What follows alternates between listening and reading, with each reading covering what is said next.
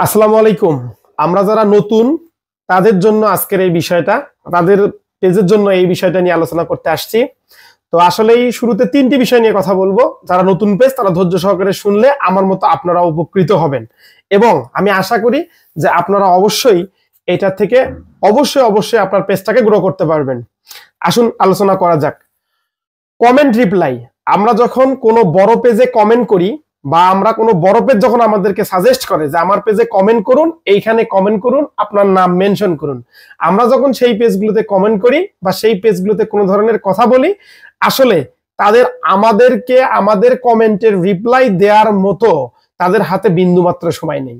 তারা আমাদেরকে কোনোভাবেই কোনো কমেন্টসের রিপ্লাই দেবে না, কিংবা সেই কমেন্টসে কোনো রিয়াকশনও দেবে না।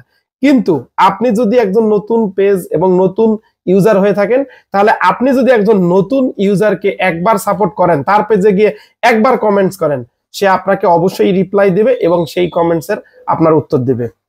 Duet video. কখনোই আমরা যারা নতুন, আমাদেরকে যারা সাজেস্ট করে যে আমরা ডুয়েট ভিডিও তৈরি করি, আমাদের কখনোই ডুয়েট ভিডিও তৈরি করা যাবে না। কারণ ডুয়েট ভিডিও থেকে কখনোই, আপনি হয়তো ক্ষণিকের জন্য আপনি পপুলার হতে পারেন, আপনার ভিডিও মানুষ পছন্দ করতে পারে, কিন্তু আপনি জানেন না যে আপনার ওই ভিডিও থেকে আরেকজন ডুয়েট ভিডিও তৈরি করছে। তখন আপনার এই ডুয়েট ভিডিওটা কেউ ভালো চোখে দেখবে না, বা আপনার ফেমাস বা আপনার পপুলারিটি ধীরে ধীরে কমে যাবে। এটা আপনি কখনোই গ্রো করতে পারবেন না।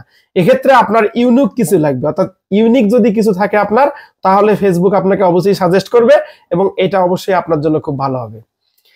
যে বিষয়টা, সেটা হচ্ছে ফলো এবং আনফলো।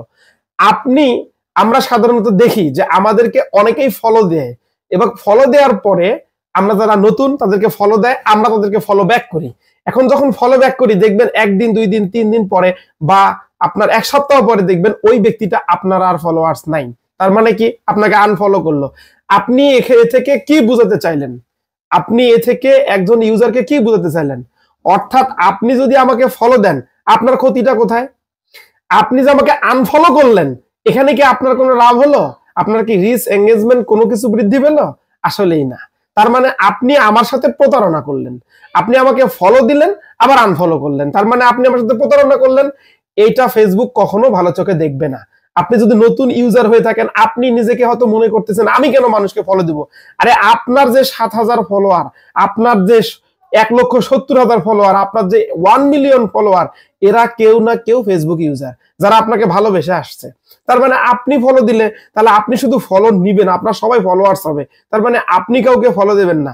এটা ফেসবুক কখনো ভালো চোখে দেখে না। তার মানে অবশ্যই আপনি দেখবেন যারা উপর দিকে উঠে গেছে, এই সিঁড়ি দিয়ে উপরে উঠতে গেলে অবশ্যই কাউকে না কাউকে আপনাকে ফলো করতেই হবে।